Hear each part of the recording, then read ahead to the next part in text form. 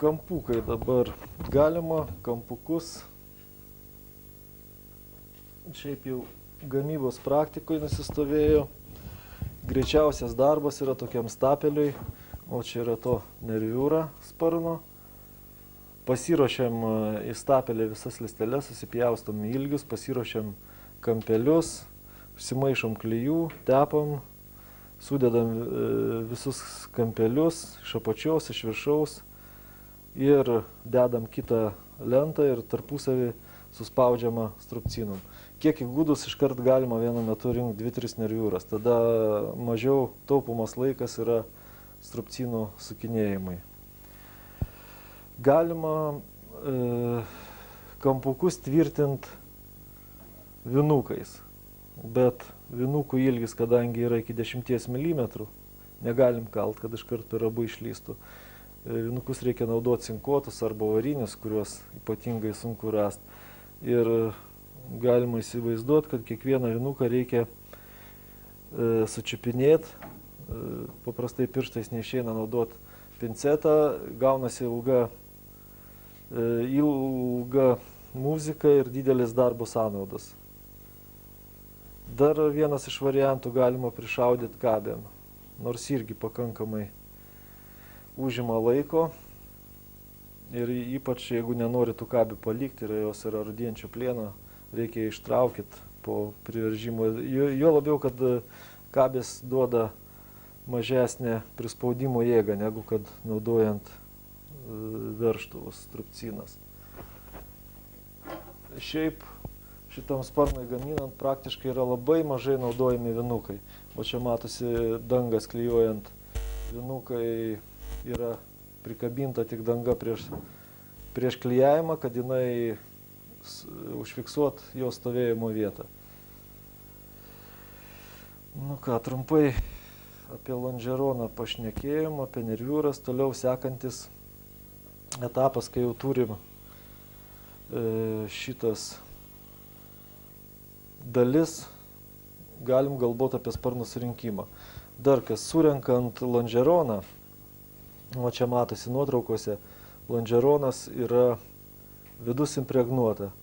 Šalimais lonžerono yra paruošta suklijavimui juosta, kuri irgi impregnuota jachtiniu laku su įdėtų mėlynu pigmentu.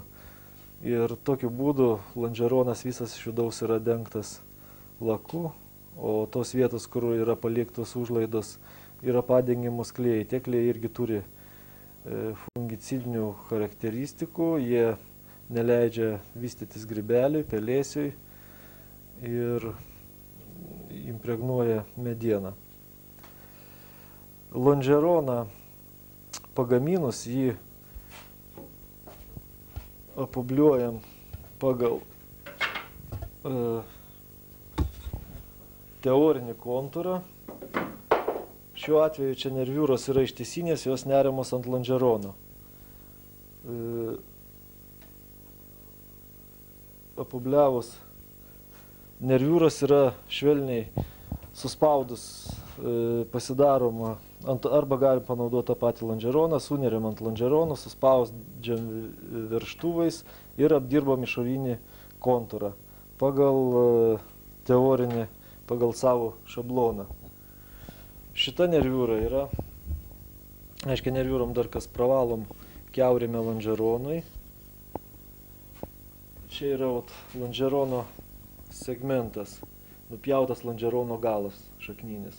Matosi intarpas medienos, šoniniai pastorinimai 10 mm faneros ir lonžerono juostas klijuotas. Iš tam galėjau likę 2 juostas. O galim tą patį lonžerono gabaliuką panaudojam kaip kontros šabloną nerviūrai patikrinti. O čia yra gan pusėtinas suleidimas. Reikia išvalyti nerviūros vidų ir lonžeronas turi būti tiksliai apubliuotas, visi nuvertimai pagal nerviūros vidinį kontūrą. Turim nerviūras, turim lonžeronus, sekantis etapas reikia turėti bent elementarią įrangą sparno surinkimui. Nuo aviacijos vystymosi pradžios pati primityviausia įranga tai būdavo ožiukai. Bet tuos ožiukus reikia kažkokiu tai būdu tvirtinti prie grindų, juos išniveliuoti, kad paskui bent jau ant 2 ožiukų, kad negautume kreivo sparno. Tai galima tarpusavį, yra pagrindiniai metodai, patikrinti listelėm, tiesiom lygiom uždėjus ant tų ožiukų ir vizualiai siūlais ištemptais arba gulščiukų tiksliu, reiškia pasiekti horizontalumą ir įsistačius renkam sparną ant ožiukų. Šiuo atveju čia yra įranga pagaminta judanti, mobili, kad taupant vietą gamyboje, jos pagrindas yra kelmas standus, čia su špantais, lonžeronais, dirbantis susukimui, atsparus labai, ir ant jo yra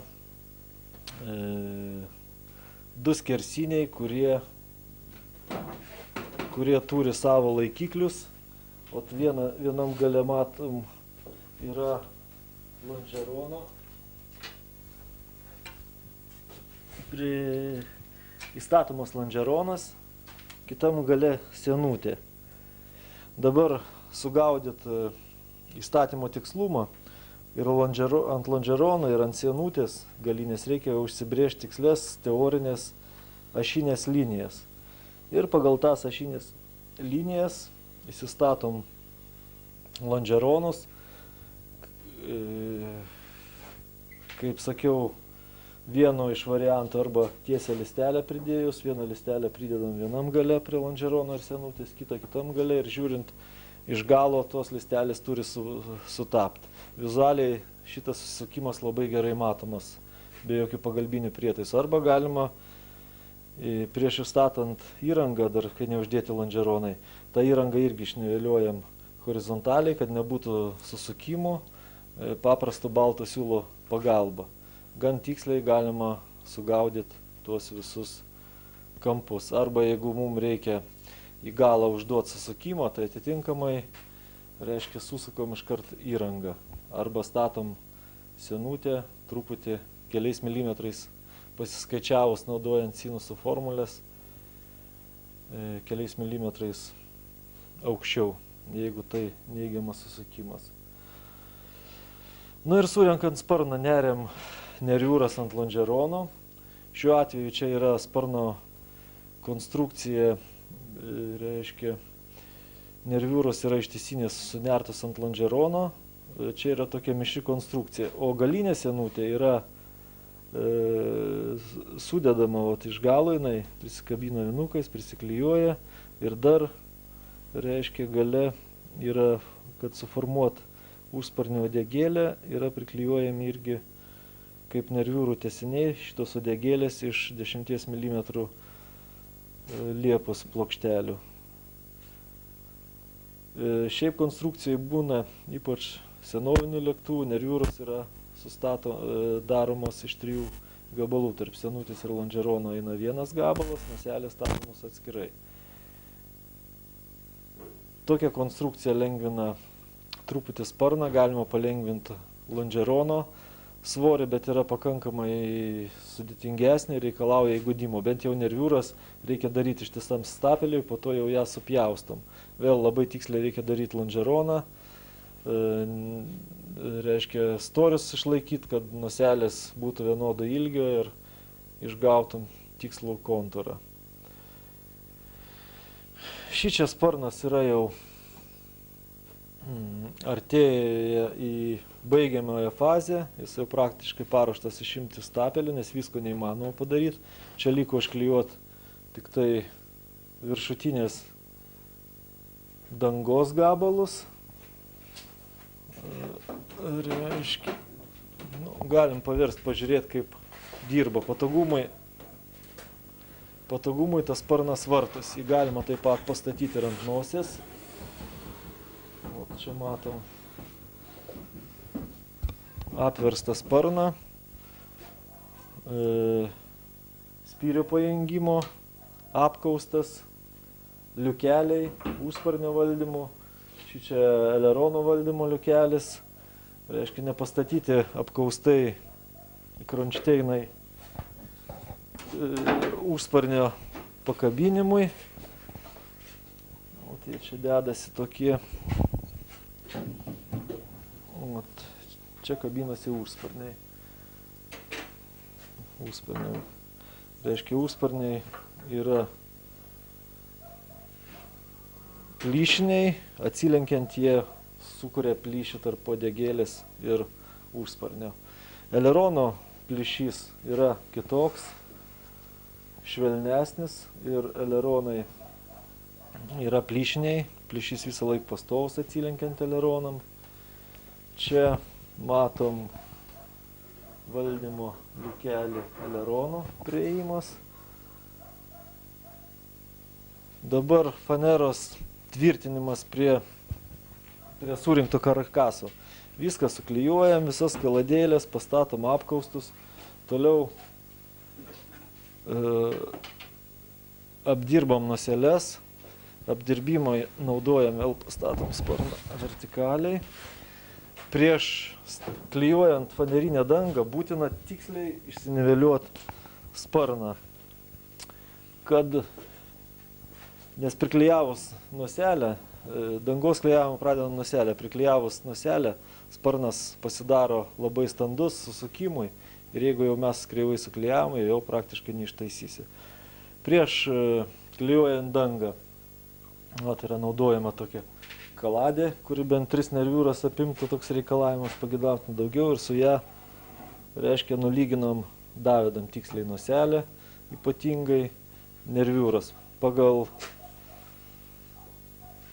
reiškia, taip, išgaunam vidurkį, kad jau, kurios daugiau išlindę nerviūros tos nuimamos, iki mažiausiai išlindusios nerviūros lygiai dašlifuojam. Būna taip, kad labai kažkur tai apšišaus arba deformavus nerviūrai tenka daklijuota, jeigu nerviūra labai, tai irgi yra leidžiama, pildoma listelė ir paskui jinai yra išlyginama.